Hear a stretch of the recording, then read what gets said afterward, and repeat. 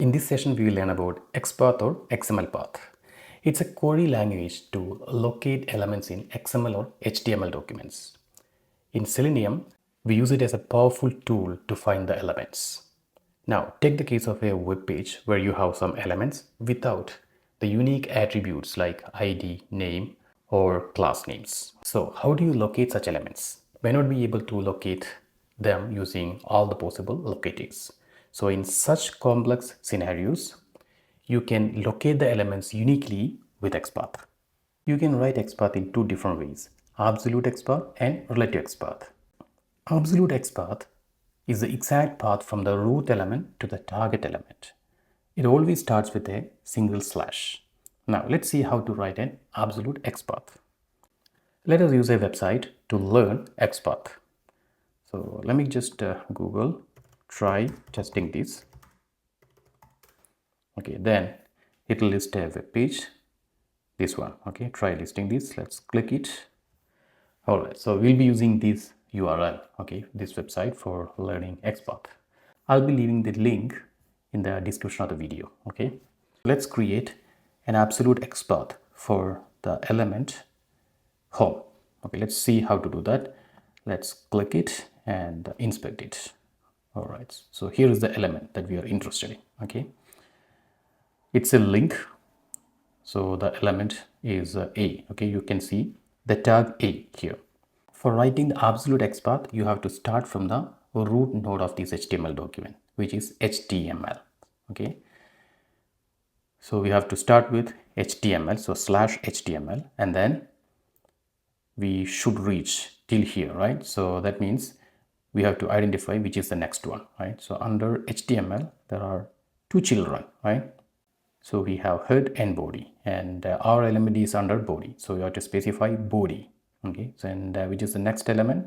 There is a div, so slash div and then slash a. You have to specify the entire path starting from the root node till the element that we are interested in. So let's try to write the XPath. In order to write the XPath and check it, Chrome gives an option here.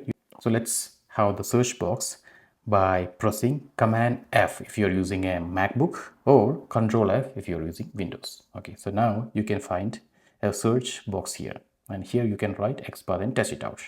Okay, so let us try it out. Slash HTML. Now you can see that it is finding an element and it's highlighted here. Which is the next one? We have to go to body. Okay, so now the body is also identified, right? So it is highlighted here. Now under body we have a div element. Okay, so let's go into div, and under div we have a, right? So we have reached the anchor element. Now at the right side you can see that it is locating two elements, one of two, right? So that means there are two elements located, and the element which is located, which is currently highlighted here, is contact, the contact link. Okay, but we are interested to find home link, right?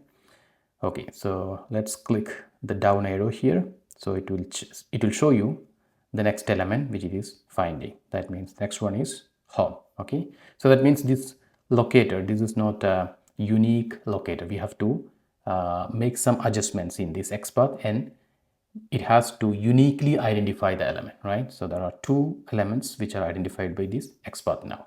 All right, so we can use an index. Since there are only two elements matching this XPath, we can use an index, and in the index always start from 1. All right, so I'm going to add an index within square brackets, and let us try with 1. Okay, and let's see which one is identified. See, now it's locating contact, and you can see that, you know, it's highlighted on the left side of the page as well, right? And now it's showing you like 1 of 1. That means it's uniquely identifying one element. Okay, and now let's make it as 2. I'm going to give the index as 2, and let's see, now it's uniquely identifying home. All right, so we have the unique XPath to home. Now it's an absolute XPath. Now how do we use it in the code? Let's copy this, and then we'll go to code. So let's go to our project, and then we'll be writing driver dot find element, and then we use by dot XPath, and then here you have to specify the XPath as a string. So you add single quotes, and then within that you paste it. So you have the XPath here, okay? And using this, maybe you can perform some action, something like, click or something, right? Now you can see that we are specifying the entire path here. So what is the disadvantage of this? Because sometimes this path could be so long, okay? Because you have to always start with HTML, right? And then you have to traverse all the way to the element that you are interested in. So sometimes, could be very lengthy. And not only that, sometimes there could be some changes on the web page. So if any element is changed in between this path, this will break. So it is not recommended to use the absolute XPath. Now let's talk about relative XPath. The relative XPath performs a search on the HTML document and finds the element based on the criteria that we specified, or it can also find the elements based on their relationship to other elements. It always starts with a double slash. Now let's see how to write a relative XPath. Let's try to find the first name text box. Okay, so let me right click here and do an inspect. And on the right side, now it's showing the HTML code for that.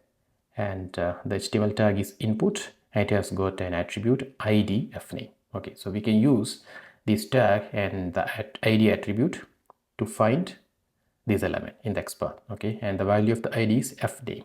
Okay, so let's start writing it. Let me press Command F on the keyboard. If you are a Windows user, you have to press Control F. Okay, now let's start with // and let's type the HTML tag input. And now on the right side, you can see that it's identifying 17 elements with this XPath, right? 1 of 17. So that means it's not unique. Now we have to make it unique. So let's specify an attribute as well. So you have to add the attribute within square brackets, and let's specify @ symbol for mentioning an attribute. Okay, and the attribute that we are using is ID, and then let's give its value as well. You have to mention the value in single quotes. Okay, so I have added 2 single quotes, and within the single quotes, let's specify the value of the ID attribute, which was fname, right? And then now if you take a look, it's showing that it's identifying the element uniquely because you're seeing 1 of 1. Okay, and the element is highlighted here. So that means we got the XPath. Now, how do we use it in the code? We copy this XPath from here and we'll go to the code. And you can use it here in driver.find element by.xpath. Then here we'll specify it in double quotes as a string, right? We'll paste it here and you'll be able to use the XPath. All right, so what is the advantage of this one? This is shorter compared to absolute XPath, right? Because we are not specifying the entire path starting from the root node, right? And it is less likely to fail when there are some changes on the web page because we are focusing on certain elements only for writing relative XPath. Now, let me get rid of this line because we added this line to the project just to learn how to write XPath.